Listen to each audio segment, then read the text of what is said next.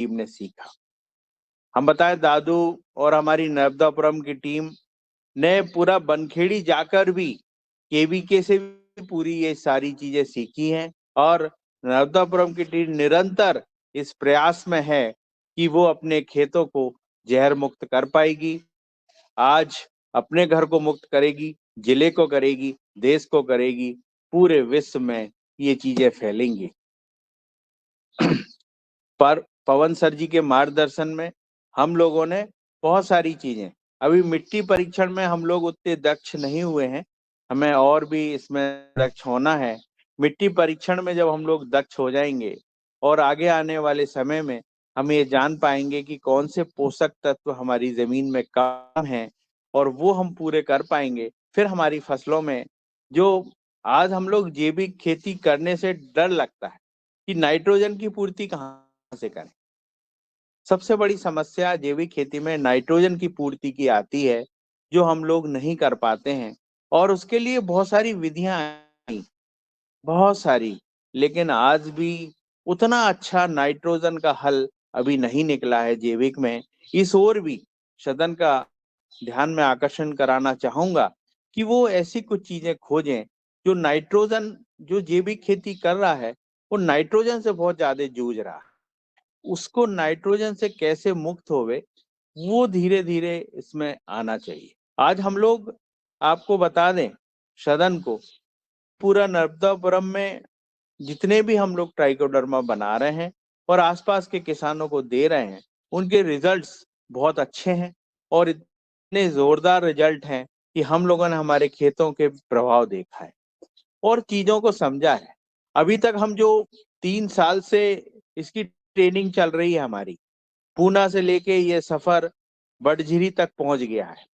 ये सफर हमारा doctor Dubey sir ने चालू किया था, और आज हम लोगों ने ये जो हमारा सफर है वो बड़झिरी में जाकर पूर्ण हुआ। वहां पर एक बहुत अच्छी लैब डली और वहां हम लोग पहुंचे।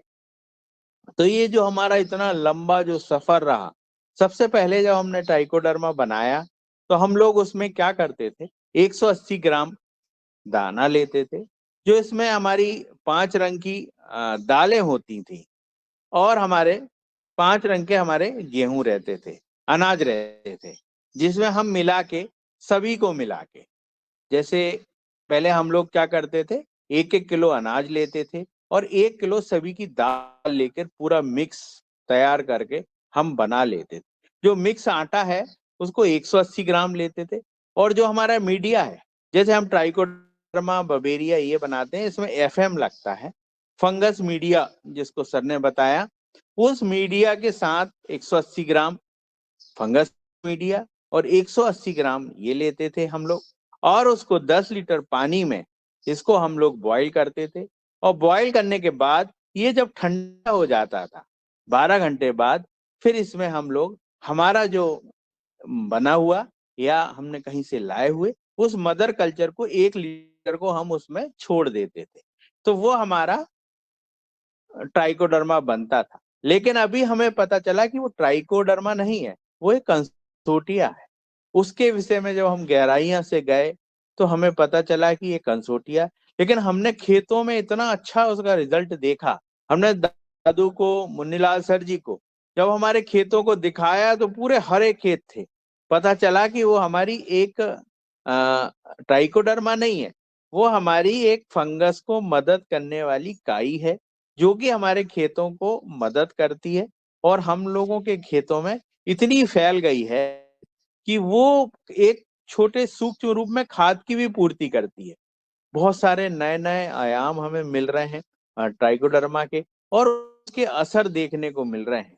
कल हमने देखा कि हमारे यहाँ करेले में कुछ पीली पत्तियां हुई हैं, तो हम लोगों ने ट्राइकोडर्मा गोबर में मिला के लड्डू पद्धति से उनमें डलवाया है। अब हम लोग वॉच कर रहे हैं कि कैसे क्या असर कर रहा है, कुछ 2 लाइन में डाला है, 1 लाइन में नहीं डाला है। तो ये सारे हमारे प्रैक्टिकल तो बहुत तेजी से चल रहे हैं, और हम लोगों ने इस बार भी जो बवेरिया मेटाराइज्म डाला था, तो मक्के में इस बार हमारी नेचुरली या जो भी रहे पहले उपयोग करते आए तो इल्लियां कम आई हैं, लेकिन फिर भी हमारे मक्के में जो आई वो पूरी तरह से कंट्रोल हुई। तो ये भी हमारे बहुत अच्छे। हम लोगों का जो विश्वास है वो योग आहार कार्यक्रम की बदौलत बहुत बड़ा। हमने देखा कि पहले हम लोग जो बाजार से खरीद के लाते थे, ट्राइकोडर्मा लाते थे, बवेरिया, ऐसा नहीं, बहुत समय से डाल रहे हैं, लेकिन उसके रिजल्ट आपको बताऊं उतने अच्छे नहीं थे। वो हमें समझ आया कि वो पुराना रखा रहता था दुकानों में और उसका समय गुजर जाता था। उसकी एक्सपायरी हटा के दुकानदार क्या करते हैं, उसकी एक्सपायरी बढ़ा देते हैं और वो अपनी दवाओं को बेच देते हैं। कभी भी, आज भी आप देखेंगे तो अगर दुकानों को चेक किया जाए, सरकारी आदमी करते नहीं है, लगभग दुकानों में 25% एक्सपायरी माल भरा हुआ है, जो कि पूरे, मैं मध्य प्रदेश की बात क्या करूं, पूरे हिंदुस्तान की दुकानों में अगर चेक किया जाए तो 25 से 30% एक्सपायरी माल भरा हुआ है। और वो एक्सपायरी माल कोई भी सरकारी अधिकारी हटाता नहीं है, ना ही हटवाता है। वो सिर्फ उसमें अपना अपना जो है एक्सपायरी हटा दिया। कोई भी कंपनी वापस नहीं लेती है, आड़ती उनकी दुकानदारों की भी अपनी समस्या है। तो ये चीजें, लेकिन ये कहीं जाके किसान के उत्पादन में नुकसान करती हैं और एक्सपायरी मालों को दुकानों से हटना चाहिए। लेकिन इसका नॉलेज जो है, वहां जो बैठे हैं अधिकारीगण, मंत्रीगण, उन्हें इतना नॉलेज नहीं है, वो खेती के विषय में इतना जानते नहीं है। जो मंत्री खेती का बना है वो खेती ही नहीं जानता, जो डेयरी का बना है वो दूध नहीं जानता, ये हालत है। लेकिन ऐसे उन्हें अधिकारियों को लाना चाहिए जो अधिकारी इसमें पूर्ण दक्ष हों, और ऐसे संगठनों को आगे बढ़ाना चाहिए जो इन चीजों का दूरी कर पावे। बहुत सारी दुकानों में आज भी आप देखेंगे तो हजारों लीटर दवा जो है एक्सपायरी रखी हुई है, और जो जैविक फंगिसाइड हैं वो भी सारे एक्सपायरी रखे हुए हैं, सिर्फ उसमें डेट बदलने का कार्य होता है। ये बहुत बड़ी एक समस्या है। इससे किसानों का जैविक के प्रति जब बाजार से लाता है और असर नहीं दिखता, तो वो भी केमिकल की तरफ जाता है। ये भी बहुत बड़ा एक मुद्दा है। इसको भी सरकार को इसको ध्यान आकर्षण कराना चाहिए।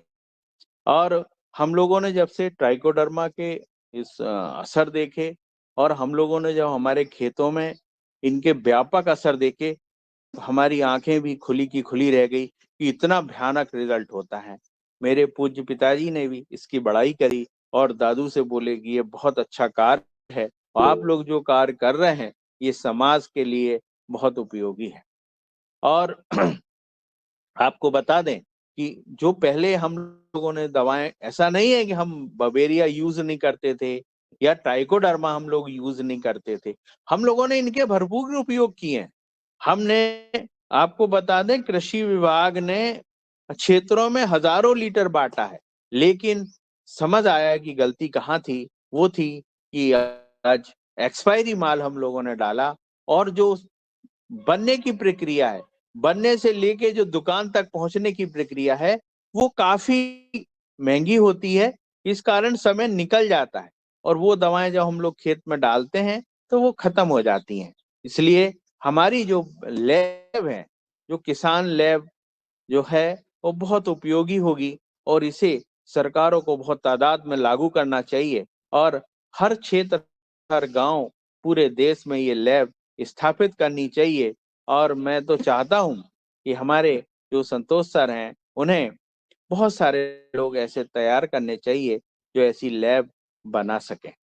वो हमारी जैसे हमने बड़झिरी में लैब देखी, तो वहां के किसानों का जो उत्साह देखा, नवयुवक किसान देखे, इतना उत्साह था उनमें सीखने का, तो हमें लगा कि हम लोग, हमारा जो योगाहार कार्यक्रम है, हम लोगों को सही दिशा में ले जा रहा है।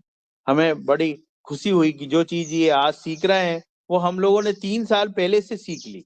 वो इतने मनन से सीख रहे थे, और हम लोगों की पूरी होशंगाबाद की टीम, पूरी नर्मदापुरम की पूरी टीम वहां पर हाजिर थी। वहां सभी पतंजलि से आए हुए अधिकारीगण और संतोष सर, सभी लोग खुश हुए कि पूरी नर्मदापुरम की टीम एक आवाज में वहां हाजिर हो गई। हमें मुक्त करना है।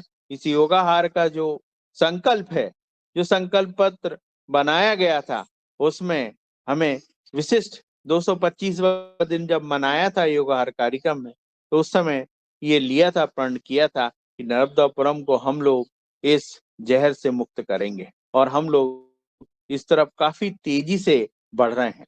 हम लोगों ने ट्राइकोडर्मा बनाना सीखा और बबेरिया बनाना सीखा, मेटाराइजन सीखा। इसके रिजल्ट्स बहुत अच्छे आ रहे हैं। आज हमने देखा खेतों में कुछ हमारे आम के पेड़ों में लाल चींटे बहुत हो रहे थे, जिनसे बहुत परेशानी आती थी आम तोड़ने में भी और बाद में भी। लेकिन आज मेटाराइजिम की बदौलत हमने देखा कि वो चींटों को काफी कंट्रोल कर पाए हैं। जो पत्तियों के घर बना लेते थे जिससे आम की फ्लावरिंग कम आती थी, वो भी हमारे मुक्त हुए हैं। हमारे आसपास के किसानों के हमने रिजल्ट बहुत सारे किसानों के देखे। आज भी धान में देखने लायक रिजल्ट है।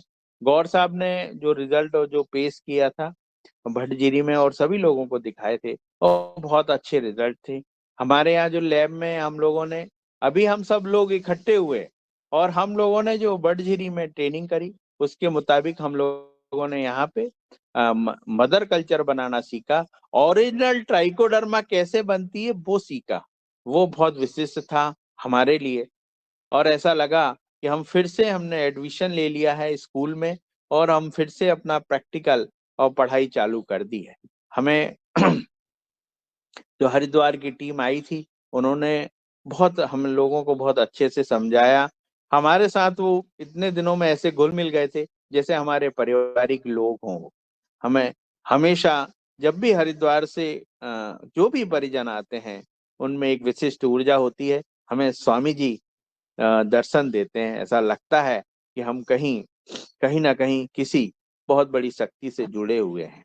मुन्नीलाल सर जब भी आ जाते हैं तो हफ्ते भर पता नहीं चलता वो कब आए कब चले गए। और उनकी काम करने की जो ऊर्जा, बीमारियों में उनका दौड़ना और उनका इतना काम करना और किसी लक्ष्य के पीछे वो उनका भागना बहुत विशिष्ट है। देखा है हमने कि वो लक्ष्य के पीछे अपना समय इतना विशेष लगा देते हैं कि वो घर पर भी फोन से बात नहीं कर पाते। उनको शाम को मैंने देखा है कि उन्हें फोन पे डांट पड़ती है कि तुम ऐसे कौन से काम में लग गए कि आप बात भी नहीं कर पा रहे। अब वो इतने बिजी रहते हैं कि वो सारा काम छोड़ के एक ही काम की तरफ लग जाते हैं। ये उनकी विशेषता है, हमने देखी है। आपको बता दें, जो चीजें हम लोग सदन से सीख रहे हैं वो हम हमारे खेतों में उसका भरपूर उपयोग कर रहे हैं। और हर चीज का अभी मैं पवन सर से भी गुजारिश करूंगा कि सर हमें मिट्टी परीक्षण में और दक्ष आप बना दीजिए। हम मिट्टी परीक्षण में अभी पीछे हैं। हमें जो आपने बताया था कि कैसे केचुए की काउंटिंग करना है 1 बाई 1 में तेल डाल के, वो चीजें अभी हम लोग उतने सीख नहीं पाए हैं। वो हम लोगों को सीखना है। ऐसे किट आ गई है हमारे पास और हम लोगों को मिट्टी परीक्षण में बहुत हमें दक्ष होना है, जिससे हम लोगों को जो हमारे सूक्ष्म तत्व कम हो रहे हैं उनके विषय में और हमें पता चल जावे कि हम लोग कैसे हो रहे हैं। और हम ये बता दें आपको कि आने वाले समय में हम लोगों की पूर्णतः खेती जैविक में रजिस्ट्रेशन होगी और पूरे समाज को हम जैविक उत्पाद उपलब्ध कराएंगे। ये इस योगाहार का वादा है, हमारा वादा है कि हम सभी लोगों को ये जैविक चीजें ही उपलब्ध कराएंगे। आज हम बता दें आपको 80 से 90 एकड़ में हमने साइलेज लगाया है और हम लोग पशु के लिए आहार बना रहे हैं। पूरी दुनिया, पूरे एरिया में सभी लोग, इंसानों के लिए तो सभी उगा रहा है, लेकिन हम लोगों ने ये प्रयत्न किया है कि जो गाय माता है, जिनके जंगल हम लोगों ने छीन लिए हैं, जिनकी मेड़े हमने छीन ली हैं, उनके लिए भी हमारे खेतों में उत्पाद करें। आज हम हमारी बता दें कि हमारी कुल भूमि में से 80 से 90% में हम पशु के लिए चारा और मक्का उगा रहे हैं, जो बहुत विशिष्ट है। किसी भाई को अगर इसमें ट्रेनिंग लेनी हो तो मेरे यहाँ निःशुल्क ट्रेनिंग है। मैं उन्हें 2 दिन में ये चीजें काफी सिखा दूंगा। अभी तक मैंने करीबन 1,000 लोगों को इसमें ट्रेनिंग दे चुका हूँ कि साइलेज कैसे बनाएं और गौ माता की कैसे रक्षा हो सके। सबसे ज्यादा अगर संतुष्टि मिलती है तो गोवंश को अगर उनका पशु आहार मिलता है तो उसमें कहीं हमारा इसमें ट्राइकोडर्मा भी बहुत फायदेमंद है। आज हमारे खेत में कोई केमिकल नहीं डाल रहा है। हम पहले 5 लाख रुपए तक की दवाएं हमारे खेतों में डालते थे। आज हम बता दें कि 5 लाख से हम लोग 10,000 रुपए खर्चे में आ गए हैं। जो दादू हमारा हम बुला देते हैं और मीडिया लेके हम बना देते हैं। इतना इजी हो गया। पहले यही चीज हमें 180 ग्राम को सीखने में 1 साल लग गया कि कैसे 180 ग्राम मिलाएं, क्या एफएम मिलाएं। अब इतनी बार हमने बना दिया है कि हमारे मुंह में, आप अगर हमें 12 बजे रात को उठा के भी पूछोगे तो हम बता देंगे कि भैया 180 ग्राम आप दाना ले लें, मिक्स वाला जो बनाया हुआ है, और उसमें 180 ग्राम एफएम ले लें, और आप अपना मीडिया छोड़ दें एक दिन, तो तुरंत आपका 6 से 7 दिन में ट्राइकोडर्मा ताजा तैयार हो जाता है। मैं बताना चाहता हूँ सदन को, वो उसी प्रकार होता है जैसे अपन लोग दही को तैयार करना है तो किसी के यहाँ से थोड़ा सा दही ले आते हैं और अपना शुद्ध दही तैयार हो जाता है। वैसे ही ये ट्राइकोडर्मा सूक्ष्म जीव है और ये हमारे लिए इतना उपयोगी होगा, ये हमने अब पाया है। अभी हम सर आगे हमें बताने वाले हैं कि ये कुछ रूप में कीटनाशक जो है, सूक्ष्म जो है ट्राइकोडर्मा, कीटनाशक रूप में भी कंट्रोल करेगा। ऐसी बहुत सारी चीजें हमेशा सीखनी पड़ेगी और हम लोग सीखते रहेंगे। जी, मैं दादू को आमंत्रित करता हूँ कि वो और अनुभव बतावें वहां के कैसे क्या रहे। जी दादू। जी ओम, बहुत बढ़िया भैया। आपने जो जानकारी दी बहुत अच्छी जानकारी दी और निश्चित रूप से जो है हमारा सदन उससे लाभान्वित होगा। मैं आदरणीय तुलाराम पटेल को आमंत्रित करता हूं यदि वो हैं, क्योंकि उन्होंने अपने खेत में इनका उपयोग किया है, और हमारे राजेश गौर जी। तो यदि तुलाराम पटेल जी हैं तो वो आए। जी ओम, सदन को प्रणाम। प्रणाम। जी, मेरा रिजल्ट तो बहुत अच्छा रहा, मगर कल जो हवा चल गई थी तो मेरी धान पूरी आड़ी गिर गई।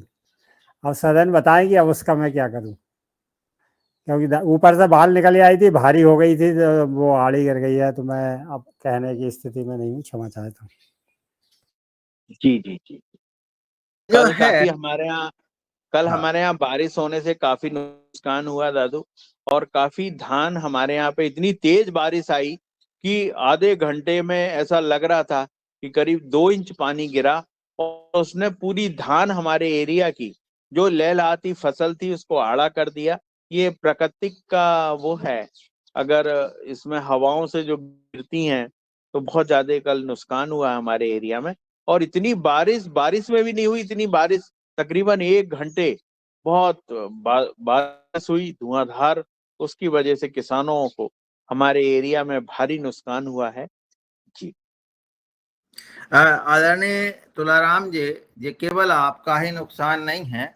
ये हर जगह जहाँ भी मतलब धान ने बढ़वा ली है, और वो धान जो है गिर गई है।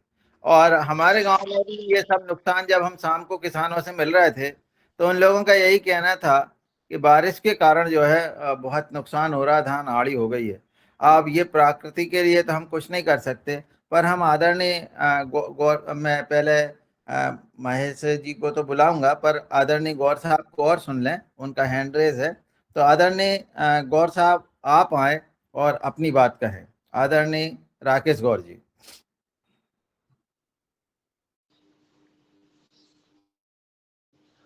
सदन में ओम जी सभी को। ये जो चर्चा चल रही है तो उस पे मैं भी कुछ बताना चाहता हूँ रिजल्ट के बारे में। क्योंकि अभी हम जो वर्तमान में खेती कर रहे हैं तो 5.5 एकड़ में हम मतलब सब्जियां और अनाज फल सभी पे काम कर रहे हैं। और इसमें जो भी मतलब डाल रहे हैं सब ये सर जिन्होंने बताया हमें ट्राइकोडर्मा, बवेरिया वेसियाना और सुडोमोनास, ये जो सीडीएमएम लिक्विड पाउडर, ये सारा कुछ मतलब डाल रहे हैं, तो इनसे हमें पूरे संतुष्टिजनक रिजल्ट मिल रहे हैं।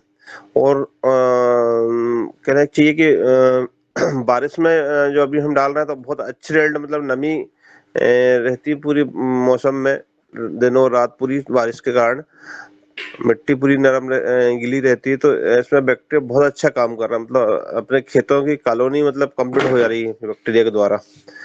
तो ये सभी बैक्टीरिया हम डाल रहे हैं अच्छी तरह से, और अच्छे रिजल्ट भी दिख रहे हैं। कोई फसल पे कोई जरा भी मतलब हमें ऐसी स्थिति नहीं दिख रही कि कोई नुकसान समझ में आ रहा हो कि यार इस रोग के कारण ये नुकसान हो गया है। ऐसी कोई स्थिति ना धान में है, ना तुअर में है, ना सब्जियों में है, सब में बढ़िया स्थिति है। और अभी आदरणीय राकेश जी, जैसे हम परसों आपके यहाँ गए थे, जो जो प्लाट आपने बताया, तो क्या आपका हाँ, वो प्लाट भी गिरा है कि नहीं गिरा? नहीं अभी तो नहीं गिरा। नहीं गिरा। आपके यहाँ हाँ, बारिश तेज हुई कि नहीं हुई? बारिश तो तेज हुई है, मगर हम्म, मगर ज्यादा बड़ी वाली ही गिरी है, बाकी छोटी धान नहीं गिरी है। मतलब ज्यादा हाइट जो ज्यादा कद था, जी बाकी बाकी हमारे यहाँ तो अभी नुकसान समझ में नहीं आया। जी जी जी। बहुत बढ़िया। तो राकेश जी के यहाँ हम परसों गए थे, और साथ में हमारे एक छिंदवाड़ा के साथी थे, आदरणीय नागवंशी जी। तो क्या हुआ, नागवंशी जी इस तरफ घूम रहे हैं, वो भी इसी पे काम कर रहे हैं। तो जो सांगाखेड़ा तरफ गए तो उन्होंने बताया था कि जो वो वहां बाल देख रहे हैं, उनमें कुछ जैसे कि हम गेहूं के बाल की कुछ दानियां, कुछ ही जो है खाली रह जाती है, इसी तरह से ये जो सांगाखेड़ा वाला क्षेत्र है, मतलब वो बाबई विकास खंड का, तो उसमें जो है ऐसी परेशानी आ रही थी। पर इनके खेत में देखकर उन्होंने कहा कि ये जो बालियां हैं ये पूरी भरा रही है। तो निश्चित रूप से, और हमने आसपास जो केमिकल का उपयोग हुआ है उन खेतों को भी देखा और आपके खेत को भी देखा, तो बहुत अंतर हमें महसूस हुआ है, और हमने महसूस किया है कि वो ठीक है। आदरणीय हमारे रूप सिंह जी भी जुड़े हैं, तो मैं उनको आमंत्रित करता हूं कि वो भी अपनी बात बताएं। जी ओम, सदन को प्रणाम। मैंने भी दादू आपके यहाँ से जो ट्राइकोडर्मा ले गया था, 15 लीटर, वो उसको मैंने अपनी धान वाली खेती में उसको जमीन में बहाया और कुछ स्प्रे करा उसका। तो जमीन जो है हमारी एकदम बिल्कुल पूरी हरी कच हो गई है, नीचे मिट्टी। और उसमें जो ब्लास्ट जैसा जो रोग आता था धान में हर साल, वो इस बार ट्राइकोडर्मा के कारण नहीं है। मतलब उसकी मतलब पूरी फफूंद खत्म हो गई हमारे धान की। और जो बाली आखिरी में जाके जो गर्दन तोड़ एक रोग आता है फफूंद के कारण, वो उसमें वो भी समझ नहीं आ रहा। बिल्कुल कहीं से ऐसा लग रहा है कि कहीं किसी प्रकार का कोई स्प्रे करने की जरूरत नहीं है आपको फफूंद नाशक का और गर्दन तोड़ वाला। तो इतना जबरदस्त रिजल्ट है हमारे इस ट्राइकोडर्मा का। और सभी किसान इसको धान की खेती में भी बड़े घातक घातक स्प्रे कर रहे हैं गर्दन तोड़ो फफूंद के लिए। वो ट्राइकोडर्मा का प्रयोग करें किसान, तो उनको बहुत अच्छा रिजल्ट मिलेगा और बढ़िया अच्छी स्वस्थ फसल रहेगी हमारी। जी ओम।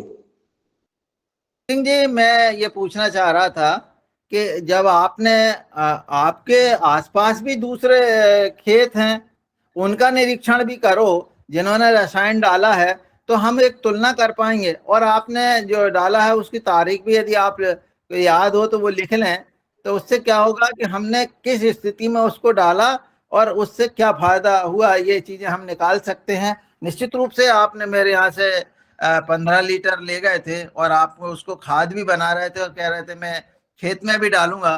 तो ये बहुत अच्छी बात है, क्योंकि अब 15 लीटर एक किसान छोटा ले जाए, बाजार से खरीदे, ये तो संभव नहीं है।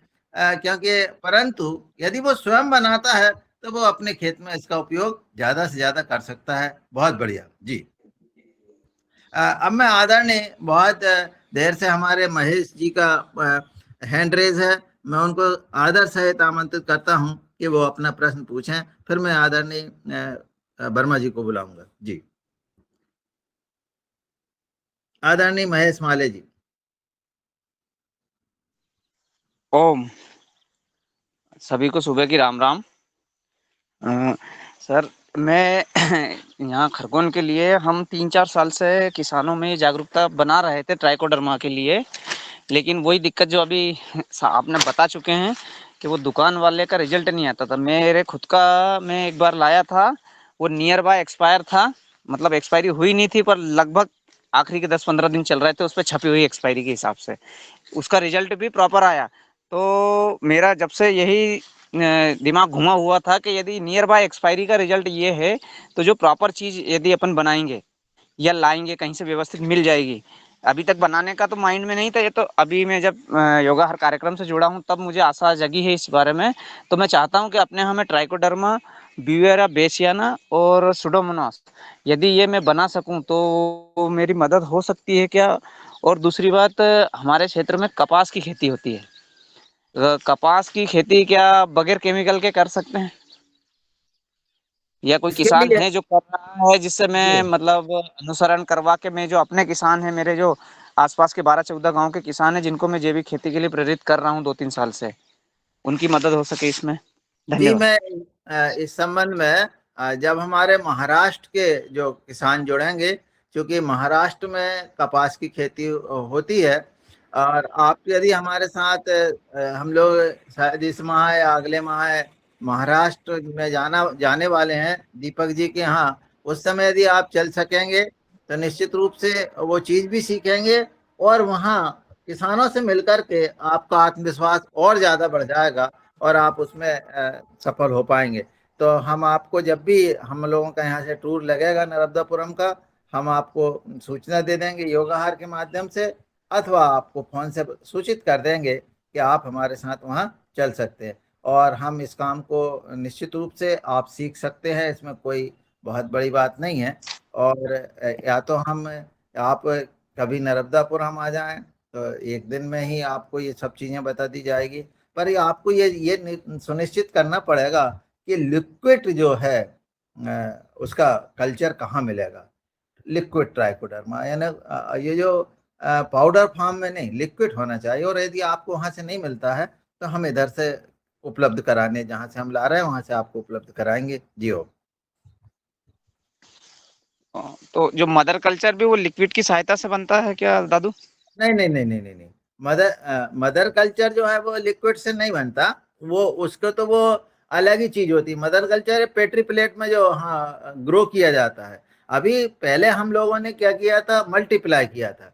तो जो आदरणीय हमारे वर्मा जी ने जो पहले बताया वो मल्टीप्लाई की स्थिति थी, कि जैसे 1 लीटर से हम 10 लीटर और 10 लीटर से 200 लीटर बना सकते हैं, ये मल्टीप्लाई की प्रक्रिया है। परंतु जब हम ये ग्रो करते हैं ट्राइकोडर्मा को मदर कल्चर के रूप में, तो फिर उसकी पेट्री प्लेट बनती है, और पेट्री प्लेट 2 तरह से बनती है। एक हम मदर कल्चर के लिए बनाते हैं, और एक बिना आगार एक तत्व होता है, आगार जो पाउडर होता है उसको हम नहीं डालते, और वैसे ही पेट्री प्लेट में जब उसको बढ़ाते हैं तो वो हमारे ट्राइकोडर्मा बनाने के काम आता है। और जो आगार से जब हम उसको बढ़ाते हैं तो वो हमारा मदर कल्चर बनता है। इसलिए हर बार जब भी हम ग्रो करेंगे तो 2 प्लेट हमारी जो है आगार की होगी, जिससे कि हम मदर कल्चर अपना सेव कर सकें। ठीक है जी। जी, मैं ये जानना चाह रहा था मदर कल्चर कितने समय तक सुरक्षित रह सकता है? मदर कल्चर तो अभी ऐसा हम लोगों को जो जानकारी दी गई है कि -48 में भी वो जीवित है और +48 में भी जीवित है, तो वो कभी खत्म नहीं होता। बस अच्छा, उसको आप टेन्योर नहीं है इसका कुछ? जी, उसको आपको थोड़ा सुरक्षित बस नमी में रखना है, और नमी में यदि वो रखा है तो वो हमेशा जो है रहता है। परंतु जब हम उसको कंसोरिया के रूप में परिवर्तित करते हैं तो फिर क्या है कि जीवित भी होता है, मरता भी है, तो उसका अर्क भी निकलता है। तो ये है और इसकी 6 माह जो है बहुत बढ़िया, जब हम उसको मल्टीप्लाई करते हैं तो 6 माह जो है बहुत अच्छा रिजल्ट देता है। इसके बाद उसके रिजल्ट कमजोर पड़ने लगते हैं जी। ओ मुझे अब क्या गेहूं की फसल के लिए किसानों को देना भी और खुद के लिए भी जरूरत थी, तो मैं घर पे अभी बना सकता हूँ क्या ये चीजें? हम आप मल्टीप्लाई कर सकते हैं। आप मल्टीप्लाई कर सकते हैं, ट्राइकोडर्मा नहीं बना सकते। आप मल्टीप्लाई करके उसे कंसोरिया के रूप में आप दे सकते हो जी। आदरणीय हैंड्रेज है जिनका वर्मा जी का था अभयभान जी कि हैं, वर्मा जी? अभयभान चतुर्वेदी जी हैं। मैं उनको सादर आमंत्रित करता हूँ जी। ओ सभी को सादर नमन। मैं ये पूछना चाहता हूँ, जैसे मैं मंगाना चाहूँ तो ये हमें मिल जाएगा ट्राइकोडर्मा लिक्विड में? हाँ मिल जाएगा। ये आप पार्सल से कहाँ से हैं अभयभान जी जी, आप कहाँ से? मैं जालौन डिस्ट्रिक्ट बुंदेलखंड से हूँ, अच्छा, बुंदेल, तो वहां से देखो, यूपी से। हाँ हाँ ठीक है। तो देखो वहां के तो शायद आप यदि वैसे कोई, मेरे यहाँ आईपीएम लैब है उरई में, तो हाँ वैसे बनता है, लेकिन उनका सरकारी को बनाने का जो फार्मूला है वो आप जानते ही हैं, ये ज्यादा प्रभावित नहीं है। फसल में डालते भी हैं, लेकिन वहाँ रिजल्ट नहीं मिला हम लोगों को, तो हम सोच रहे हैं कि आपका ये बना के अब आप ये बताइए, लिक्विड लाए कि नहीं आप वहां से? नहीं, लिक्विड तो नहीं मिला अभी तक। बस बस बस, पाउडर बात हम जो बात कर रहे हैं, देखो ये जो बात अपन कह रहे हैं ना, आपने जी पाउडर फार्म में लेके आए, कब बना है, कैसा बना है, वहां से जी कहाँ कहाँ गया है, इसलिए रिजल्ट नहीं मिला। लिक्विड जी फार्म में यदि आपको मिलता है, प्रयास कर जी लो, तो फिर, और नहीं मिलता है तो फिर हम लोग प्रयास करेंगे कि आपको उपलब्ध कराएं लिक्विड फार्म में, है ना, और जी फिर आप कर सकते हैं। देखिए अभी लिक्विड फार्म से ही आप आगे बढ़ेंगे तो फिर आपको जी बहुत सुविधा रहेगी। जी ओम। तो वर्मा जी को बुलाने दे दो। आप कुछ बोल रहे थे भैया? वर्मा जी का हैंड तो बुला लो। हाँ हाँ, मैं उन्हीं को बुलाऊंगा। आदरणीय ओम भैया, सदन को सादर प्रणाम। और मैं ओम जी।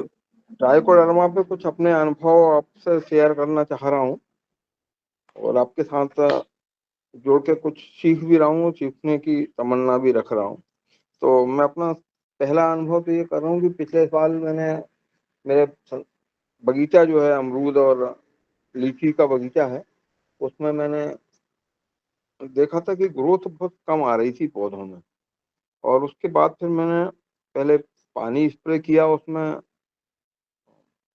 नोजल के द्वारा, और फिर ट्राइकोडर्मा जो है पानी के साथ मैंने नोजल से ही स्प्रे कर दिया उसमें। कुछ ऐसी व्यवस्था बनाई कि नोजल से ही पानी स्प्रे हो जाए उसमें। तो पूरे बगीचे में बहुत सम रूप में पानी, मतलब ट्राइकोडर्मा उसमें गिरा। मैंने 2 एकड़ 2.5 एकड़ में करीब करीब 10 लीटर ट्राइकोडर्मा डाला, ज्यादा डाल दिया था, किंतु उसका मैंने ट्रेमेंडस रिजल्ट देखा। क्योंकि मैंने देखा कि पूरे बगीचे में काई जम गई है, और दिखाया भी था आप लोगों को मैंने। और तो और बगीचे बगीचे पेड़ के, आम के जो पेड़ थे, आंवले के जो पेड़ हैं, उसमें तने तक में काई आ गई थी। तो उसके बाद मैंने ये देखा कि पेड़ों में बहुत अच्छे से ग्रोथ हुई है, काफी तेजी से पेड़ बढ़े हैं। इसका मैं मतलब समझ रहा हूँ कि जो निमेटोड थे मेरे यहाँ पे, काफी कुछ कंट्रोल हो गए हैं। क्योंकि अमरूद में सबसे ज्यादा यदि कोई परेशानी आती है तो निमेटोड से आती है।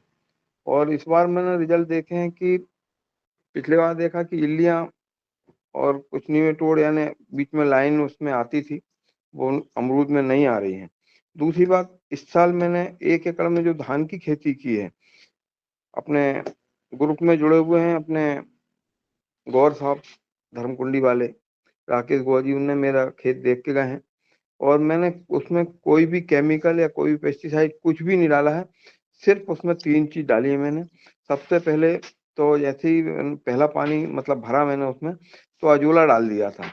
पूरे खेत में इस समय अजोला की ये स्थिति है कि कम से कम 2 कुंटल अजोला आप उसमें से निकाल सकते हो। पूरे खेत में अजोला की एक परत जम गई है।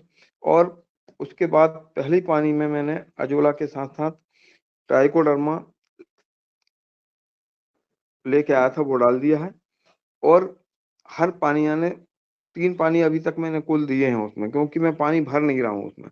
जब पानी खत्म हो जाता है तो पानी एक दिन के लिए भर देता हूँ, और जब पानी सूख जाता है फिर दोबारा भरता हूँ। तो 4 बार पानी मैं दे चुका हूँ उसमें। हर बार मैंने उसमें जो है वो दिया है।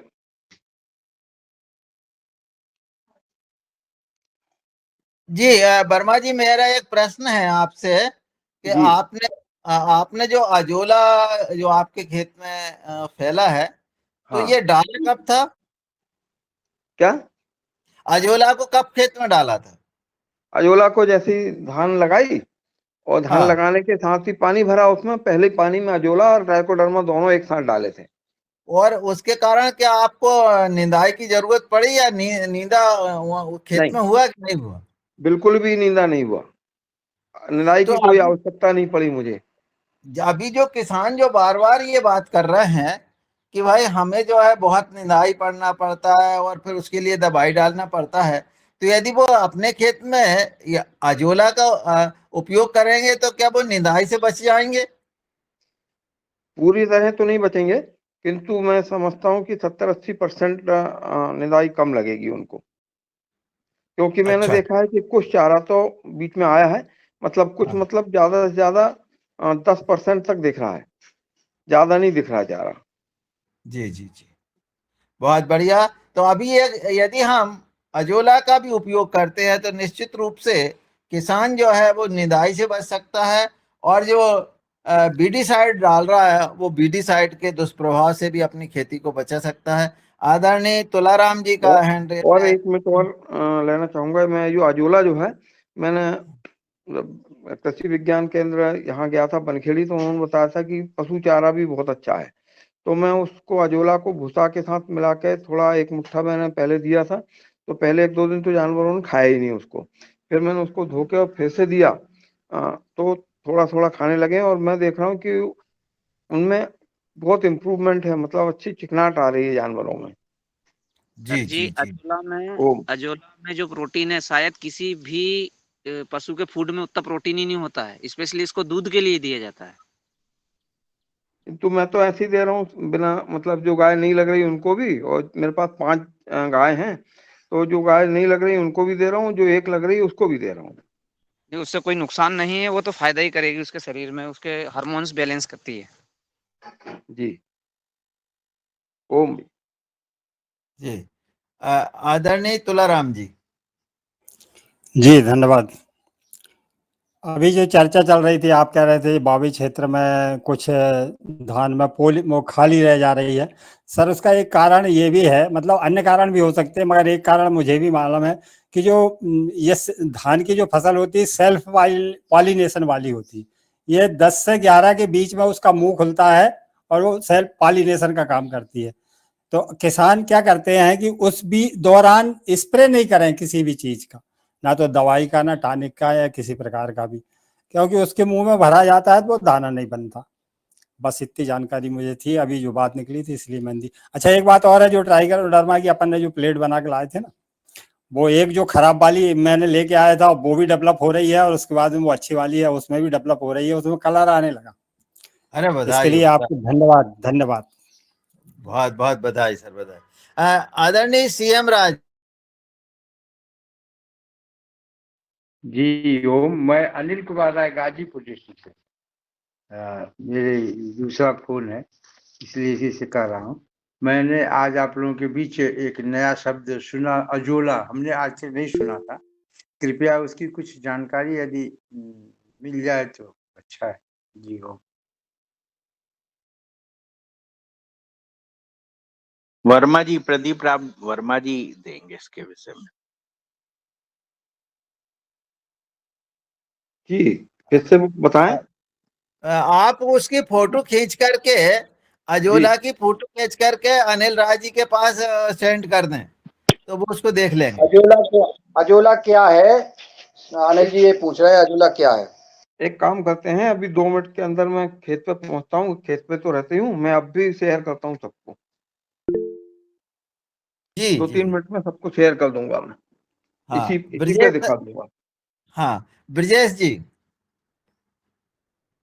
सभी को नमस्कार। जी सर, आइए आइए जी सर, नमस्ते। प्रणाम। ओम। अभी अरे ओम जी, एजोला ओम की जी बात, बड़ा नमस्ते। ओम ओम नमस्कार। अभी एजोला की बात चल रही थी, जी तो काफी सुना अनुभव हमने। एजोला क्या है? एक फर्न है ना, जो जी एक्वाटिक नेचर की होती है, मतलब पानी में रहती है। और करीब हम बात करें तो 30-40% तक जो नाइट्रोजन की पूर्ति हमारे फसल को करती है, जो वातावरण में नाइट्रोजन है। जैसे कि आप लोगों ने जाना होगा, जो राइजोबियम होता है, तो जो ग्रंथियां होती हैं दलहनी फसलों की, जिनकी गांठों में रहता है, और पर्यावरण की जो नाइट्रोजन होती है वो पौधों को उपलब्ध कराता है। ठीक है, वैसे ही ये काम जो हमारी जो धान होती है, क्योंकि अनाज वाली फसल होती है, इनमें गांठें नहीं होती जड़ों में, है ना। तो ये जब हम एजोला का उपयोग धान में करते हैं, तो अगर हम अपनी भाषा में बात करें, किसान करीब करीब 1 एकड़ में 1 बोरी यूरिया की बचत करता है ना। तो ये तो नाइट्रोजन मतलब यूरिया की बचत कर दी उसने। दूसरा ये हो गया कि जब ये डालते हैं हम, तो इसको क्या होता है, कभी ये 15 दिन के बाद डालना चाहिए एजोला को। जैसे धान लग गई, उससे 15 से 20 दिन के बीच में ये डल जाना चाहिए। ठीक है, तो शुरुआत में से मान लो अगर अपना बीड फ्री फील्ड रहा है या प्री इमरजेंस में हमने कुछ यूज किया है, तो उसके बाद जब ये ग्रोथ करता है तो उतनी जो प्रॉब्लम है खरपतवारों की नहीं होती है वो, क्योंकि हम जो धान वाले लगा मालूम है कि खरपतवार एक बड़ी समस्या होती है, बड़ी लेबर लगती है ना। तो उसको भी अपनी जो कॉस्ट को हम रिड्यूस कर सकते हैं। तो ये जो काम था एजोला का, ये तो हमारे धान के लिए हो गया कि हमारी कास्ट भी कम हो गई, अनावश्यक जो हमको यूरिया डालना था या हमको कोई वीडिसाइड्स डालने थे, और जो नेचुरल में जो नाइट्रोजन थी वो हमारे पौधों को मिल रही। ठीक है, तो काम अपने हो गए। तीसरा जो अभी भैया जी ने बताया कि हम ये गाय को खिलाते हैं, ठीक है, तो ये बहुत अच्छा एक एनिमल फीड है सप्लीमेंट के रूप में। इसके अलावा गायों के अलावा ये कोई बकरियां पालता है तो उनको भी खिला सकता है, मुर्गियां जो पालते हैं, पोल्ट्री करते हैं, उनको भी खिलाते हैं। लेकिन अगर हम जो गाय को या पशुओं को खिला रहे हैं, तो इसको एकदम से नहीं ज्यादा मात्रा में खिलाना चाहिए, नहीं तो वो नहीं खाएंगे। शुरुआत इसकी जो होनी चाहिए वो 50 ग्राम से होनी चाहिए, 50 ग्राम एक टाइम पर, है ना। मतलब जो भी हम भूसा दे रहे हैं, कोई भी चारा दे रहे हैं, वो धीरे धीरे से इसको हमको अधिकतम 200-250 ग्राम तक ले जाना है, इससे ज्यादा नहीं, क्योंकि उससे पूरा प्रोटीन होता है। ज्यादा प्रोटीन लेना भी हमारे डाइजेशन के लिए अच्छा नहीं होता है ना। तो ये चीज हमको ध्यान रखनी है। ये जोला डालने से पहले क्या, उसको अच्छी तरीके से वॉश करना चाहिए साफ पानी से, ताकि उसकी कोई जो अशुद्धियां हैं या कोई अन्य चीजें हैं और उसकी जो स्मेल है वो हट जाए, ताकि पशु है उसको आसानी से खा सके। तो ये 2 तरीके से, मतलब एक हमारी पैडी के लिए, धान के लिए, दूसरा एक एनिमल सप्लीमेंट के लिए कर सकते हैं। एजोला खिलाने से एक फायदा और होता है, खासकर जो डेयरी होती है, कमर्शियल डेयरी है, तो वहां पर एक प्रोफेशनल दृष्टि से, मतलब व्यावसायिक दृष्टि से पशु पाले जाते हैं, तो वहां पर दाना की भी काफी मात्रा में खपत होती है। तो यदि हम एजोला उनको खिला रहे हैं, तो हम आपकी 35-40% जो हम दाना में खर्चा कर रहे हैं वो भी काम होता है, क्योंकि जो हमें दाना देना है ना, प्रोटीन के लिए तो वो हमारी एक पूर्ति करता रहता है। तो ये एजोला जो है एक चमत्कारी है कि हमारे खेत में भी काम में आता है और हमारे पशुओं के काम में भी आता है। सर एक निवेदन। ओम मैं 1 मिनट में आदरणीय अभी जो ब्रजेश सर जो हमें अपने सदन में जो जानकारी दे रहे थे, आप केवी के यानी कृषि विज्ञान केंद्र गोविंद नगर में वैज्ञानिक हैं, और आपके माध्यम से ही हमारे क्षेत्र में जो है ये एजोला आया है और आदरणीय वर्मा जी ने उसको बढ़ाया है। हम लोग प्रशिक्षण में जाते हैं तो ये सब बातें बताते हैं, और आदरणीय ब्रजेश सर के माध्यम से ही हम लोगों ने और भी सूक्ष्म जीवों पर जो हम कंट्रोल कर सकते हैं उन पद्धतियों को भी जाना है। तो हम बहुत बहुत आभारी हैं कृषि विज्ञान केंद्र गोविंद नगर के, कि उनके वैज्ञानिक इस तरह से आकर के हमें जो है जानकारी देते हैं और उसका लाभ हम लेते हैं। तो कृषि विज्ञान केंद्र जो है वो किसानों के लिए तीर्थ स्थान जैसे हैं, पर अभी शायद हम किसान उसके महत्व को समझ नहीं पाए हैं, इसलिए वहाँ जाते नहीं हैं और बाहर लंबी लंबी यात्रा पर जाते हैं। पर हमारे पास में ही जो हमारा तीर्थ है, उस तीर्थ के दर्शन करने हम नहीं जाते हैं, वहाँ पर हम उन्हें सीखने नहीं जाते हैं। हम बहुत आभारी हैं ब्रजेश सर के कि उन्होंने ऐसे समय पे अचानक ही वो हमारे इस योगाहार में आज जुड़ गए। बाकी उनने हमको सर्टिफिकेट भी दिया है, उनका बहुत आभार है और उनका हमें बहुत सहयोग मिलता है। और हमें प्रसन्नता होती है कि जब हम जहाँ भी हम बात करते हैं तो गोविंद नगर की बात हम निश्चित रूप से हम करते हैं कि हमारे कृषि वैज्ञानिक जो महोदय जो है वो हमें सहयोग कर रहे हैं। और उसका प्रत्यक्ष प्रमाण आप देख लीजिए, ये प्रदीप वर्मा जी जो है, इन्होंने ये जो बता रहे हैं धान के नीचे, सर कैमरा थोड़ा नीचे करिए, ये धान के नीचे जो ये जो खरपतवार जैसी चीज आपको फैली फैली दिखाई पड़ रही है, यही वो एजोला है जो पूरे खेत में फैल गया है। और आप देखेंगे कि उसने और किसी दूसरे पौधे को उगने ही नहीं दिया। तो जिस तरह से ट्राइकोडर्मा अपना एक दादागिरी बताते हैं, वही दादागिरी एजोला भी बता रहा है कि दूसरे को पैदा ही नहीं आ पास ही नहीं होने दे रहा, बढ़ने ही नहीं दे रहा। तो इस तरह से ये हमारे लिए बहुत उपयोगी जानकारी है।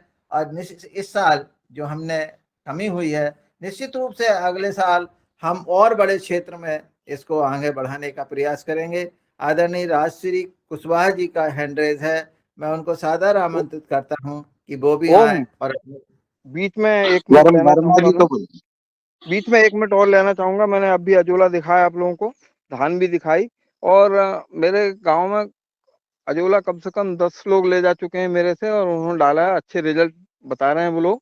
दूसरी बात, मैं ब्रजेश सर का आभार व्यक्त करूंगा, क्योंकि मैंने उनको जो है बोला कि सर आप राकेश गौर जी के यहाँ आ रहे हैं तो मेरे लिए थोड़ा सा अजोला लेके आइएगा। उन्होंने खुद मुझे लाके और स्पेशली दिया कि वर्मा जी मैं आपके लिए अजोला लेके आया हूँ। वहाँ 10 किसानों को उन्होंने और भी दिया था, मतलब मैं तो 1 मुट्ठी लेके आ गया था, और वही 1 मुट्ठी आज मेरे पास कम से कम 2 कुंटल बन गया है। तो मैंने और उसके बेड भी बना कर रखा था गर्मी में, और उसको मैंने कंटिन्यू किया, और गाय को मैं तब से रोज खिला रहा हूँ। देखिए इसमें कोई भी खरपतवार आपको नजर नहीं आ रही होगी, कोई भी खरपतवार, बस एक बहुत 50 फीट अच्छा दूर से वर्मा जी, दिखता है बस। बहुत बढ़िया, बहुत अच्छा वर्मा जी, बहुत बढ़िया। और विजय विजय सर तो हमारे एरिया के लिए बहुत विशिष्ट हैं। वो हमेशा खेतों में आ जाते हैं और खेतों में भी वो प्रभाव देखते हैं। तो मैं विजय सर जी का बहुत धन्यवाद देना चाहूंगा कि वो ऐसे ही बहुत हमेशा हमारे दुर्लभ होते योगाहार में हैं इस आते तरह के हैं। ऑफिसर मिलना हमारे लिए।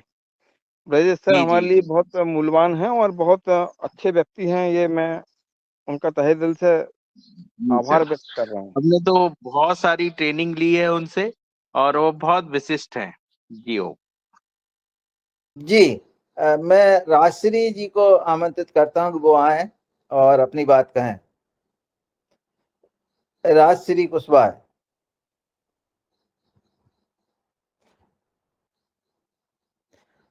राजेंद्र ढाकर जी जो हैं उनका हैंड रेज है।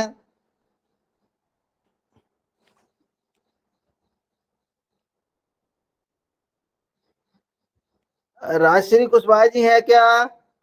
अनम्यूट कर पवन ले, सर म्यूट को करके बोल रही हूँ अभी, अनम्यूट करके बोले।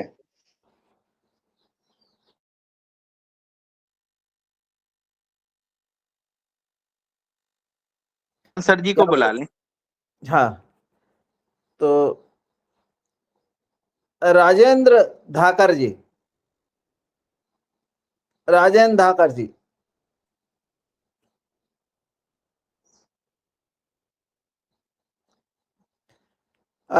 राजेंद्र सर भी नहीं बोल पा रहे हैं। सर जो जो कैप्सूल जो हैंडरेज है, जो अपन हैंड है तो वही उसी के बगल में एक कैप्सूल है, उसको थोड़ा सा छेड़ा दीजिए तो आपकी आवाज आ जाएगी। राजेंद्र सर, शायद वो उनकी कोई टेक्निकल परेशानी है। मैं आदरणीय ब्रजेश सर से, चूंकि आप शायद हैं अभी, ब्रजेश सर हैं? जी दादू। मैं निवेदन कर रहा हूं कि आपने जो हम लोगों से कहा था कि जो परवल के कलम मिलेगी, तो उसकी क्या स्थिति सर? वो मैंने लोगों से चर्चा की है। हमारे तैयार हो रही है। कल ही गोपाल जी हमारे केवी के आना हुआ था उनका, मैंने जी जी, अपडेट ली है, तो हाँ वो हाँ, बोले कि 7-8 तारीख तक वो तैयार हो जाएंगी। बहुत बढ़िया। तो हमारे जी सर, हम लेने आदरणीय आएंगे सर। तो उनको एक साथ उठवा लीजिएगा, है ना, सभी लोग, तो जी उससे क्या है, परेशानी नहीं होगी, किसी को एक साथ वहां पहुंच जाएंगी और वहां से फिर अपने अपने ले जा सकते हैं। जी जी जी। और जी और सर, दूसरा, हाँ सर एक जी, निवेदन मेरा सुन लें प्लीज। जी बताए। आपने धान का तो बोल दिया कि वो जो कल्चर है धान में काम आ जाएगा। अभी जो रबी की फसलें हैं उनमें कैसे उपयोग करेंगे उसको, काय का? एजोला का? अजोला का? नहीं है, वो केवल धान के लिए है ना। जी जैसे ही आपकी अब जी धान में पानी खत्म होगा तो नीचे वो सूख जाएगा, ठीक है ना। जी और जी। वो ऑर्गेनिक कार्बन कन्वर्ट हो जाएगा, मतलब एक प्रकार की खाद आपकी जमीन में दे जाएगा, है ना। हाँ, मैंने इसलिए नेक्स्ट, पूछा कि नाइट्रोजन की तो इनको भी जरूरत पड़ती जी है, तो धान को तो वो वो देखो नाइट्रोजन सप्लाई कर सर्वाइवल देगा, का मगर इनको वो एक्वाटिक है, मतलब उसको पानी चाहिए। अपन गेहूं में पानी पानी नहीं भरते चाहिए। ना उस तरीके से, okay okay okay, thank you है ना। Thank you. जी जी धन्यवाद। आदरणीय ब्रजेश सर से हमारा एक और आग्रह था कि हम जी लोगों दादू। की जो धान हमने बोई है और जी जिसमें ट्राइकोडर्मा का उपयोग किया गया है, उसका आप अपने दृष्टिकोण से यदि मूल्यांकन करेंगे तो तीन जगह, एक तो आदरणीय हमारे शरद भैया जी, दूसरा हमारे राकेश गौर जी, और तीसरा तुलाराम जी, ये तीन लोगों ने मतलब स्वतंत्र रूप से भी और रसायन के साथ इनका उपयोग किया है। तो आप इसका अध्ययन करके निश्चित रूप से कुछ नई जानकारी हमें दे सकते हैं। जी ओम, तो आप कभी भी नरसिंहपुरम पर आ रहे हैं आप। संभवतः मैं सोमवार को, है ना, 30 तारीख को आऊंगा, उसके बाद 4 तारीख को, तो ये 2 तारीख मेरी उस साइड आने की हैं, तो मैं एक एक दिन करके वहां पर आने का पूरा प्रयास करूंगा मैं। सोमवार सर अभी है ना, ये 30 तारीख में। जी 30 तारीख में। जी जी जरूर सर आइए। जी सर रास्ते में मेरा फॉर्म पड़ता है, उसमें भी आइएगा। कहाँ पर? तीखड़। इटारसी से जब धर्मकुंडी आप जाएंगे ना, जी तो रास्ते में बिल्कुल ऑन द मेन रोड पे ही है मेरा फॉर्म, तीखड़ जी गांव में। जी कम्युनिकेट कर लेंगे, है ना। मैं आपसे कम्युनिकेट कर लूंगा और जी बात कर लूंगा। और जी सर एक और निवेदन, जी तीखड़ में भोजन आप जरूर करें, ये हमने आपको आमंत्रण दिया है। हाँ प्रदीप जी बिल्कुल सर, आइए। राजपूत बहुत सुंदर भोजन बनाते हैं सर। जी बिल्कुल। नहीं भैया दादू, आप जी गलत जी बोल रहे हैं। भोजन सुंदर जी नहीं जी बनाते, स्वादिष्ट बनाते हैं। जी जी जी। तो आगे जरूर आप उस स्वादिष्ट भोजन का आनंद लें सर। और आइए सर, बिना स्वागत रहेगा आपका। आगे आगे चलते हैं। भोजन में अगर स्वाद में चले जाएंगे तो फिर सब है, क्योंकि तीखड़ का भोजन तो स्वादिष्ट है ही। आदरणीय मनीष माले जी बार बार हैंड रेज कर रहे हैं, शायद उनका कोई विशेष क्वेश्चन है। सीएम राय जी और अनिल मनीष माने जी, कोई क्वेश्चन है तो कर सकते हैं। जी ओम, मैं अनिल कुमार राय, गाजीपुर उत्तर प्रदेश से। अभी अजोला के सभी महत्व की जानकारी और जो लाभ है उससे कितना फायदा है धान को विशेषकर, वो उसका जानकारी ली, लेकिन ये बनता कैसे है जैसे ट्राइकोडर्मा का, और ये कहाँ से मिल सकता है, ये इसकी भी जानकारी तो होनी चाहिए। जी ओम। इस एक दिन अजोला पर आदरणीय डॉक्टर ब्रजेश जी का एक सेशन रख लेंगे तो सारे सदन को उसका अवगत हो जाएगा। आज समय हो गया है आदरणीय अनिल राय जी, तो आपको पूरी जानकारी मिल जाएगी, अन्य साथियों को मिल जाएगी। मनीष जी, आपका कोई सवाल है विशेष? हाँ सर, एक सवाल विशेष था, वो गेहूं की बात निकली थी तो मुझे याद आ गया। हमारे क्षेत्र में अभी 2 साल से गेहूं की जड़ों में कुछ इल्ली जैसा बारीक जंतु रहता है। तो आदरणीय ब्रिजेश सर यदि कुछ उनके अभी अनुभव में रहा हो नियर बाय, तो इस समस्या का निराकरण मंच से हो सकता है, तो मैं इसलिए मैंने सवाल करने के प्रयास किया था। देखिए, जो गेहूं में शुरुआती अवस्था में जो आते हैं, जो गेहूं पीला पड़ने लगता है, तो वो तो अपना वीट एफिड होता है, ठीक है। और जो आप इल्ली की बात कर रहे हैं, है ना, तो स्टेम बोरर उसमें भी आता है। देन लेटर स्टेज में उसमें कटवर्म भी आता है। तो जड़ में पहले तो क्या, कटवर्म जो काटने लगता है अंदर के वहां से, ठीक है। कहीं कहीं पर उसमें फालारी वर्म भी देखा गया है कि जी एकदम से मक्का के बाद फिर जो अगली जो क्रॉप आती है वो वीट होती है, क्योंकि वो एक पॉलीफेगस पेस्ट है, मतलब विशेषकर जो हमारी फसलें खासकर अनाज वाली उनको प्रेफर करता है। तो वहां पर भी कहीं कहीं उसको देखने को मिला है।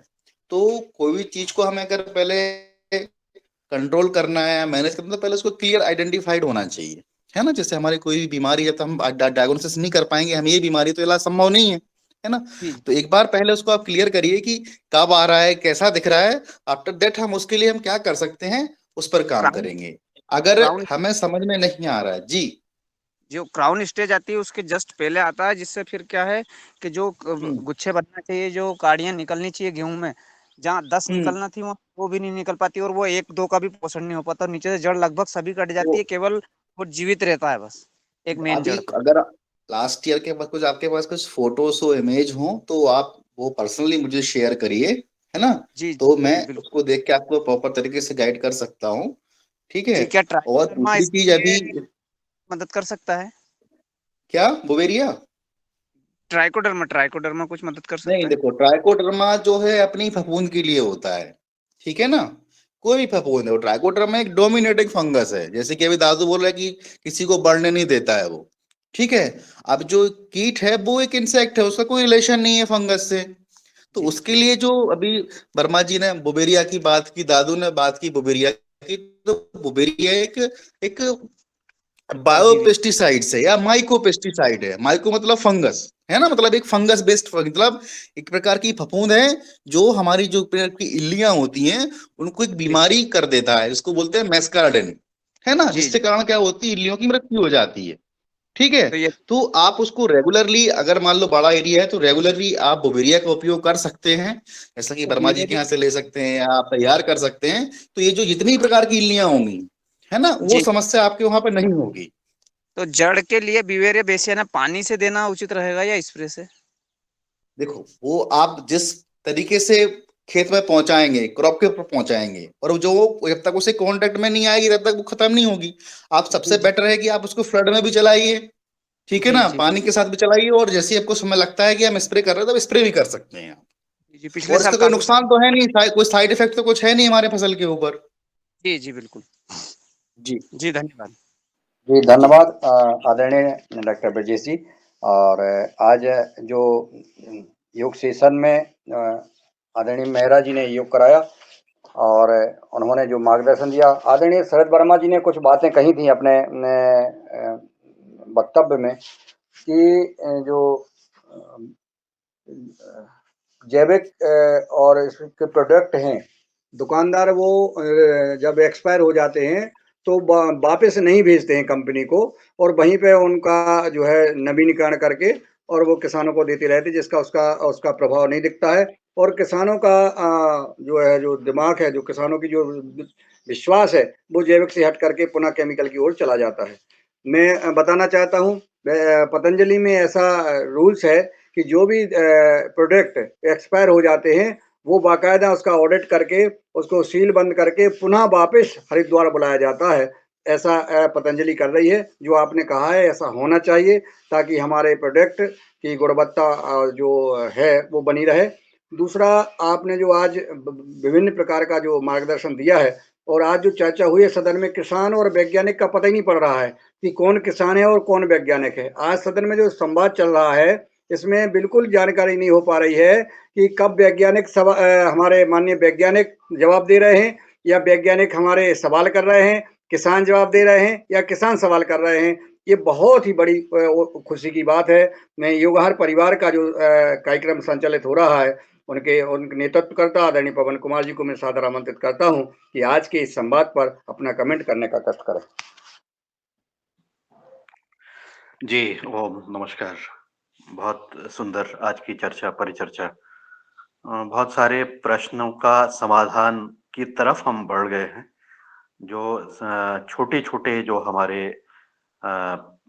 समस्याएं थी और उनके जो समाधान हैं, वो बिल्कुल मेरे, जब हमने पतंजलि कृषक समृद्धि कार्यक्रम शुरुआत की थी और फार्म लैब की उसमें जो परिकल्पना की गई थी उस समय के, आज के परिप्रेक्ष्य में नहीं, लेकिन उसमें आज की जो बात थी कि हम किसान को भी एक वैज्ञानिक की तरह माने, जो किसान वाकई खेती में अपने खेत के जो बदलाव हो रहे हैं उसको वो समझते हैं, उसको देख रहे हैं, उस पर चर्चा कर रहे हैं, उस पर विचार विमर्श कर रहे हैं।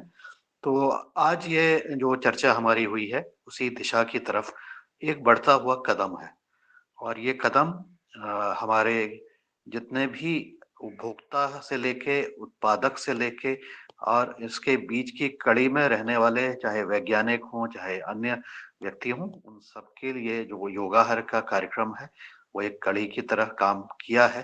और आगे भी ये करते रहेगा। और इस कार्य से जो अब अनुभव प्राप्त हो रहे हैं, आज एक बहुत सुंदर तरीके से प्रदीप राज वर्मा जी ने अपना खेत में सीधे अजोला ही दिखा दिया, तो इससे और अच्छा क्या हो सकता है, इससे अच्छा और प्रशिक्षण की क्या हो सकती है। मतलब हम जब इतने दूर रहते हुए भी एक दूसरे से संवाद कर पा रहे हैं और उस संवाद के माध्यम से हम लोग सीख पा रहे हैं।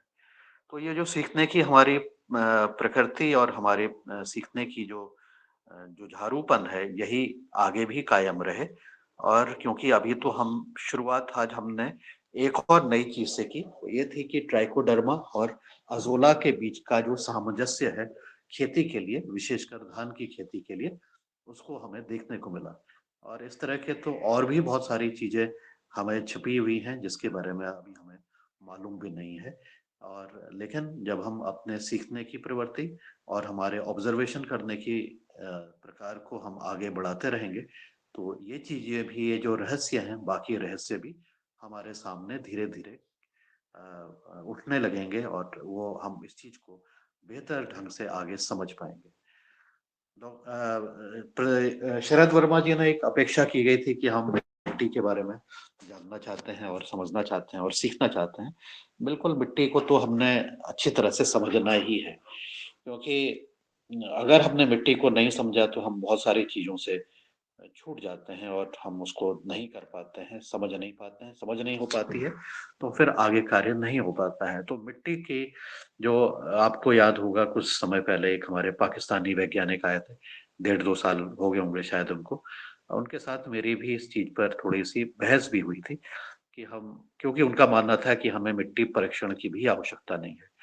तो मैंने अपनी बात उनसे कही थी और उसके बाद मैंने उनके साथ काफी ऑनलाइन व्हाट्सएप और बाकी तरह से अपने पक्ष को रखने पर भी मैंने उनसे वार्तालाप किया था। और वो चीज मैंने उनसे कही थी कि हम, मैं आपकी बात से भी सहमत हूँ। इस स्थिति में जब हमारे खेती जो है वो प्राकृतिक खेती की तरफ स्टेबलाइज हो गई है, अभी तो हमारी स्टेबलाइज भी नहीं हुई है। अभी तो हम, बहुत सारे लोग केमिकल डाल रहे हैं, आधे अपने खाने के लिए जैविक तरीके से उगा रहे हैं, बाजार में बेचने के लिए केमिकल उगा रहे हैं।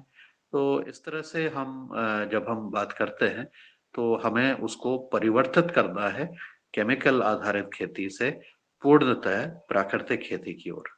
और इस विषय पर बहुत सब बातचीत करने के बाद जब हमने ये इसको और अच्छी तरह से समझने का प्रयास किया, तो यह भी समझ में आया कि केवल मिट्टी जो है उसका एक केमिकल परीक्षण तो एक तरीका निश्चित रूप से है ही, लेकिन उसके जो अन्य आयाम है, उसका फिजिकल डायमेंशन है, उसका एक बायोलॉजिकल डायमेंशन है, तो उस चीज के ऊपर भी हम, उसका जो हमने अभी पूर्व में भी चर्चा की है। लेकिन मुझे लगता है कि इसमें थोड़ा सा अभी और हमें सीखने की और काम करने की जरूरत है। हालांकि मैंने ऐसे बहुत सारे सरल विधियों को संकलित किया, जिसके एक मैनुअल के रूप में भी बनाया है और अपना थोड़ा सा उपयोग भी किया है। लेकिन समस्या वही आती है कि इसको करेगा कौन। तो बहुत सारे हमारे पास तरीके हैं, वैज्ञानिक तरीके हैं, सैकड़ों तरह की विधियां हैं जो कि इन मिट्टी को कई तरह से जांचने के लिए होती हैं। लेकिन ये, उसमें से कई विधियां जो हैं जटिल हैं, कई विधियां महंगी हैं। तो केवल हमने उन विधियों को लेने का प्रयास किया जो कि किसान स्वयं कर ले। बाकी तो बहुत सारी चीजें वैज्ञानिक भी आके कर लेंगे, कोई और बाहर से आके भी कर लेगा। तो सारी विधियां ऐसी होनी चाहिए जिसको कि उपयोग अगर किसान स्वयं अपने खेतों में कर ले, या वो किसान अपने आसपास के 50-100 लोगों को, जितने भी गांव में वो काम करते हैं या उनकी पहुंच है, या जो लोग उनसे जुड़े हुए हैं, उन तक के वो अपने, उनके लिए भी उनको मदद दे सकता है। क्योंकि मैंने देखा कि बहुत सारा रुझान मिट्टी जांच करने पर बहुत सारे किसानों का नहीं है। अब हम सबसे कहें कि आप अपने अपने खेत की मिट्टी स्वयं जांच लो, और इस विधि से जांचोगे तो बहुत सारे लोग तैयार नहीं होंगे। कुछ समय बाद वो उनकी जो ऊर्जा है वो कम हो जाती है और वो पूर्ण रूप से उसको नहीं समझ पाते हैं और पूर्ण रूप से उसमें कार्य नहीं कर पाते हैं। और जब समझ नहीं हो पाती है तो उनको लगता है कि ये तो हमारा जरा जटिल काम है। कोई हमें आसान तरीका मिल जाता है कि हम मिट्टी को ही छू लेते और हमें सारी चीजें हमारे हमारे पास आ जाती, या हम खाली देख लेते तब भी हमें पता लग जाता है। तो लेकिन ये अपेक्षा भी अपनी जगह पर अच्छी है, सही भी है एक तरह से। तो ऐसे भी कुछ मेरे पास प्रश्न हमने बनाए, जिसमें कि एक किसान अपने खेत में जाए और अपनी खेती का मूल्यांकन देख करके, छू करके, सूंघ करके भी कर ले। हालाँकि ये बिल्कुल तरीका ये नहीं है कि उससे हमें क्लियर कट जानकारी मिल जाएगी और उसको हम आंकड़ों में परिवर्तित कर देंगे, ऐसा नहीं है। लेकिन जब किसान प्राकृतिक खेती की तरफ चले ही जाएगा और वो अपने सभी चक्षु नेत्रों से मिट्टी को देखेगा, तो उसको खाली देख करके भी वो अपनी मिट्टी का आकलन कर सकते हैं, ऐसा मेरा मानना है। लेकिन पहले चरण में आपको केमिकल जो तरीका है उसको उपयोग करें, उसके बाद जो फिजिकल तरीका है, आसान तरीके हैं उसको करें, बायोलॉजिकल तरीका है, आप केंचुए देखें कितने हमारे उसमें हैं, हमारी जड़ें कैसी हैं, वहां पर सूक्ष्म जीव कैसे हैं। सूक्ष्म जीव के अलावा और सूक्ष्म जीव और बड़े जीव के बीच के जो छोटे छोटे प्राणी हैं उनको भी अगर आप समझ लेते हैं, उनकी संख्या को आप नाप लेते हैं, उनको कितने प्रकार के हैं उसको आप देख लेते हैं, तो भी आपको अपनी मिट्टी की जो के मिट्टी के जो प्राण हैं उसके बारे में आप इसको समझ पाएंगे।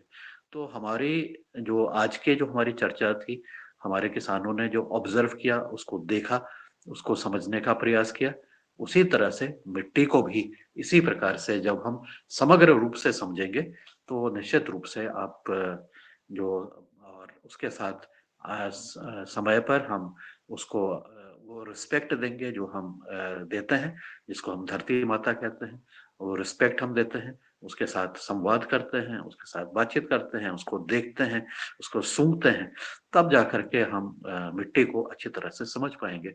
नहीं तो हम इसको खाली एक ऐसे तत्व के रूप में देख रहे हैं जिससे कि हमारा उत्पादन होता है। तो हम इसको आध्यात्मिक रूप से भी मिट्टी को देखें, उसको समझने का प्रयास करें, उसके साथ वार्तालाप करें और उसके ऊपर हम उसको धन्यवाद दें कि उसी की वजह से हम इस दुनिया में हैं, उसी की वजह से हम टिके हुए हैं और उसी वजह से हमारा उत्पादन भी हो रहा है।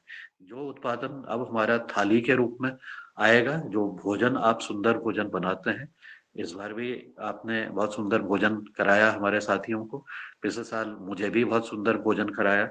तो तीखड़ भोजन हो, चाहे यह सुमेरवाड़ा शरद वर्मा जी के घर का हो या किसी और जगह का भोजन है, सब में एक दिव्यता है, एक उसमें उसकी एक ऊर्जा है और ऊर्जा को जब हम ग्रहण करते हैं तो हम निश्चित रूप से अपने को धन्य समझते हैं।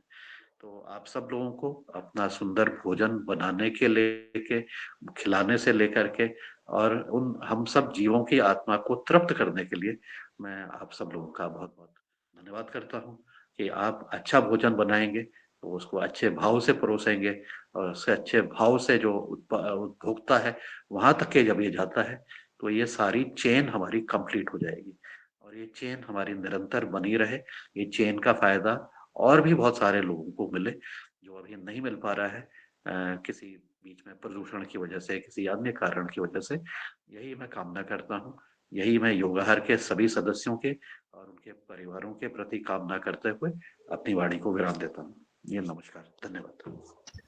धन्यवाद। बहुत बहुत धन्यवाद सर, और आपने बहुत अच्छी जानकारी दी, नया एक और आयाम बताया सर। वो एक जैसा आपने कहा छोटे छोटे प्रयास, तो हमारे राकेश गौर जी ने जो हम नाव धान आटा की स्लेरी बनाते हैं उसके प्रभाव को अपने खेत में महसूस किया है। वो भी यदि वो हैं इसमें अभी, तो वो बता सकते हैं कि उनको कैसा महसूस हुआ। नाव धान जो आटा है जिसको हम करते हैं, यदि राकेश जी हो तो बताएं जी। जी ओम जी, नवधान आटा का मेरे को रिजल्ट ऐसा समझ में आया सर, जैसे कोई टॉनिक काम करता ना, जैसे सूक्ष्म पोषक तत्व जो जब डालते हैं तो फसल पे एक अलग तेज दिखता है, चमक दिखती है। तो वो मेरे को नवधान आटा को स्प्रे मैंने इस बार 4 कर दिए, मतलब ये केमिकल स्प्रे की जगह पे सभी स्प्रे कर पूरे लगाए अपन ने, ट्राइकोडर्मा, बबेरिया और सुडोमोनास, इसके 4 स्प्रे लगाए, मतलब कोई केमिकल नहीं डाला। तो इसके साथ में वो नवधान आटा से बने हैं तो हो गया, समझ लो अलग से नहीं करना पड़ा अपने, उसी में बनाया तो उसी में है। तो उसका रिजल्ट कीड़ों पे तो प्रभाव दिख ही रहा, मगर इसके अलावा मेरे को फसल की चमक पे भी दिख रहा, पत्तियों की भी शाइनिंग जो दिखती रही वो उस पर समझ में आ रहा, तो तेज समझ में आ रहा है। जो कोई न्यूट्रिशन का काम कर रहा वो नवधान्य आटा। जी ओम जी। ये आदरणीय मुन्नीलाल जी। जी धन्यवाद। और आज की युगाहार कार्यक्रम में महत्वपूर्ण संवाद हुआ, चर्चा परिचर्चा हुई, हम सब किसानों को उसका लाभ मिला और ऐसा ही मिलता रहेगा आगे। जैसे कई बिंदु आते हैं, जो विषय आते हैं, अगर हम आज जिस विषय पर चर्चा कर रहे हैं और उसके अलावा दूसरे विषय किसी किसान की समस्या आती है तो वो ज़रूर बताएं और अगले दिन उस विषय पर चर्चा कर ली जाएगी। चूँकि हमारे पास सम्मानित वैज्ञानिक हैं, सम्मानित किसान अनुभवी हैं और हमारा खुद जो है अब 4 साल का अनुभव युगाहार परिवार के सदस्यों का हो गया है, तो निश्चित हर विद्या में निपुण हो गए हैं और वो देखने को मिल